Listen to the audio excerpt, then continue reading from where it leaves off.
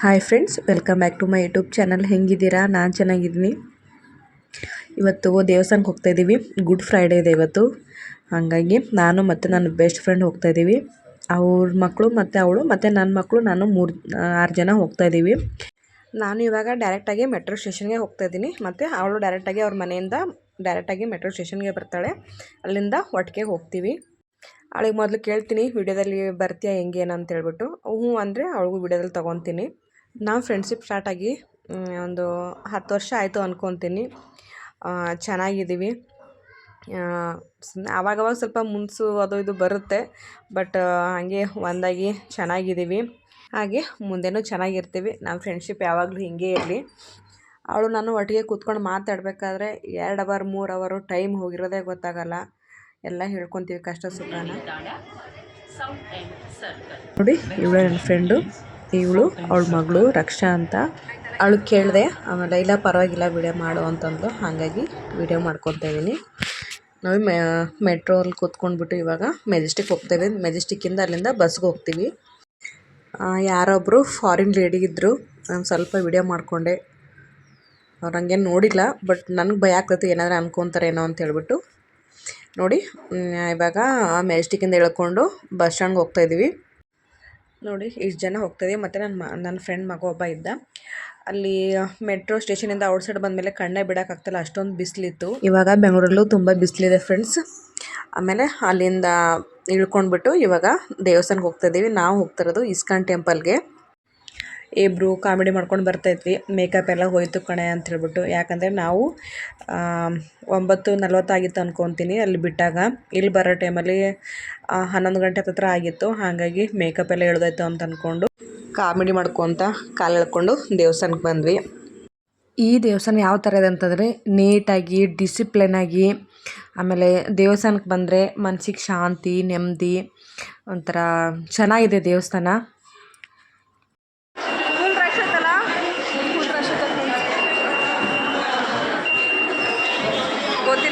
11 ಗಂಟೆಗೆಲ್ಲ ದೇವಸ್ಥಾನ full rush ಆಗಿಬಿಡ್ತು. ತುಂಬ ಅಂದರೆ ತುಂಬ ಜನ ಬರ್ತಾಯಿದ್ರು ಹಾಗೇನೆ. ಆಮೇಲೆ ಲೇಡೀಸ್ ಒಂದು ಕಡೆ ಜೆಂಟ್ಸ್ ಒಂದು ಕಡೆ ಎಲ್ಲ ಚೆಕ್ ಮಾಡಿಬಿಟ್ಟು ಒಳಗಡೆ ಬಿಟ್ಟರು. ಎಲ್ಲ ಒಂದೊಂದಾಗಿ ಸ್ಲಿಪ್ಪರ್ಸ್ ಎಲ್ಲ ಬಿಟ್ಬಿಟ್ಟು ಬ್ಯಾಗ್ ಹಾಕ್ಬಿಟ್ಟು ಕೊಟ್ಬಿಟ್ಟು ಹಂಗೆ ಅಲ್ಲೇ ನೀರಿಂದೆಲ್ಲ ಫೆಸಿಲಿಟಿ ಚೆನ್ನಾಗಿ ಮಾಡಿದ್ದಾರೆ. ಹ್ಯಾಂಡ್ ವಾಶ್ ಮಾಡಿಕೊಂಡು ಆಮೇಲೆ ಮೆಟ್ಲ ಮೇಲೆ ಸ್ವಲ್ಪ ನೀರು ಬರ್ತಾ ಇರುತ್ತೆ. ಅಲ್ಲೇ ಕೈಕಾಲೆಲ್ಲ ವಾಶ್ ಮಾಡಿಕೊಂಡು ಹೋಗ್ಬೋದು.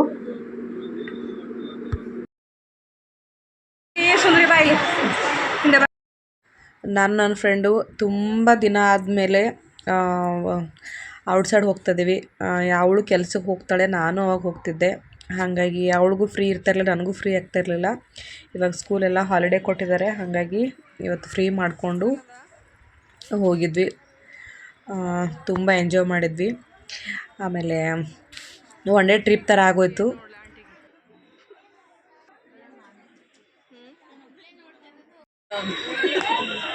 ಎತ್ಕೊಂಬ ಹೋಗಿ. ಈ ದೇವಸ್ಥಾನದಲ್ಲಿ ಕೃಷ್ಣ ಮತ್ತು ರಾಧೆದು ಪೂಜೆ ನಡೆಯುತ್ತೆ.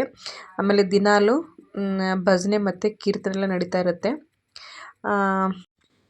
ಇಲ್ಲಿ ಒಂದು ಮಂತ್ರ ಹೇಳಬೇಕು, ತುಂಬ ಚೆನ್ನಾಗಿದೆ ಅದು. ಒಂಥರ ಮನಸ್ಸಿಗೆ ಶಾಂತಿ ನೆಮ್ಮದಿ, ಟೆನ್ಷನ್ ಎಲ್ಲ ಫ್ರೀ ಇರುತ್ತೆ.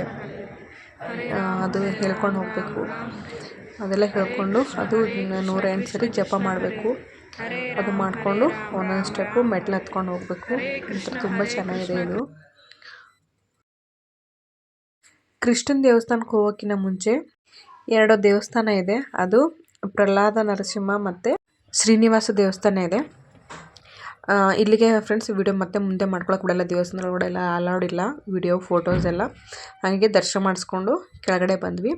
ಇಲ್ಲಿ ಚಿಕ್ಕದು ಮಾರ್ಕೆಟ್ ಥರ ಇದೆ. ಕೃಷ್ಣನಿಗೆ ಸಂಬಂಧಪಟ್ಟಿದ್ದೆಲ್ಲ ಇದೆ. ಫೋಟೋಸ್ ಆಗಲಿ, ಮೂರ್ತಿಗಳಾಗಲಿ, ಆಮೇಲೆ ಗಂಟೆಗಳಿದೆ. ಮತ್ತು ಗಂಡು ಮಕ್ಕಳಿಗೆ ಕೃಷ್ಣ ಅಲಂಕಾರ ಮಾಡ್ತಾರಲ್ಲ ಅದು ಐಟಮ್ಸ್ ಎಲ್ಲ ಇಲ್ಲಿದೆ. ಆಮೇಲೆ ಕೃಷ್ಣನ ಸ್ಟೋರಿ ಬುಕ್ಸ್ ಇದ್ದಾವೆ ಚಿಕ್ಕ ಚಿಕ್ಕದು. ಆಮೇಲೆ ಭಗವದ್ಗೀತೆ ಬುಕ್ಕು ಇಲ್ಲೇ ಸಿಗುತ್ತೆ. ಆಮೇಲೆ ಲಂಚ್ ಬ್ಯಾಗ್ಗಳು, ಗಂಧದ ಕಡ್ಡಿ, ಕೊಳಲು, ಮತ್ತು ಸ್ವಲ್ಪ ಸ್ಟೋರ್ ಐಟಮ್ಸು. ನೋಡಿ, ಫೋಟೋಗಳಂತೂ 3D ಫೋಟೋ ಒಂದಕ್ಕಿಂತ ಒಂದು ಸಖತ್ತಾಗಿತ್ತು ಫೋಟೋಸ್ ಎಲ್ಲ. ಅಲ್ಲಿ ಥಿಯೇಟ್ರ್ ಮಾಡಿದ್ದಾರೆ ಕೃಷ್ಣನ ಸ್ಟೋರಿ ಹೇಳೋಕ್ಕೆ. ಅದು ನನಗೆ ಮೊದಲು ಗೊತ್ತಿರಲಿಲ್ಲ. ಮೊದಲು ಇಲ್ಲ ಅನ್ಕೊತೀನಿ, ಇವಾಗ ಮಾಡಿದ್ದಾರೆ. ಅದೊಂದು ಚೆನ್ನಾಗಿದೆ ಸ್ಟೋರಿ, ಆರಾಮಾಗಿ ನೋಡ್ಬೋದು, ಅರ್ಥ ಆಗುತ್ತೆ ಮಕ್ಕಳಿಗೆಲ್ಲ ತೋರಿಸಿದ್ರೆ. ಅಲ್ಲಿಂದ ಮುಂದೆ ಬಂದರೆ ಸ್ನ್ಯಾಕ್ಸ್ ಇದೆ.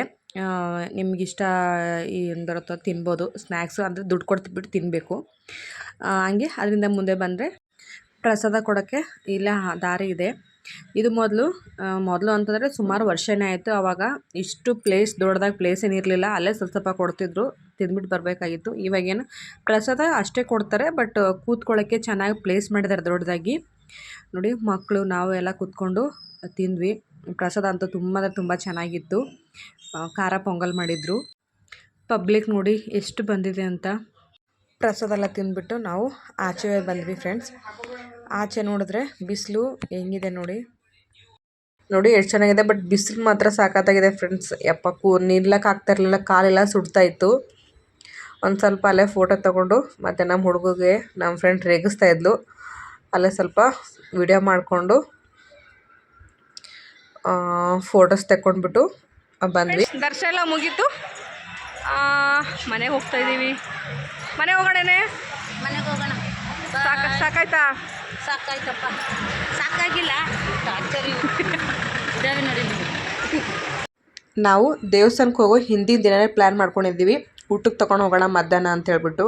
ಹಾಗಾಗಿ ದೇವಸ್ಥಾನ ಪಕ್ಕನೇ ಒಂದು ಚಿಕ್ಕದು ದೇವಸ್ಥಾನ ಇದೆ.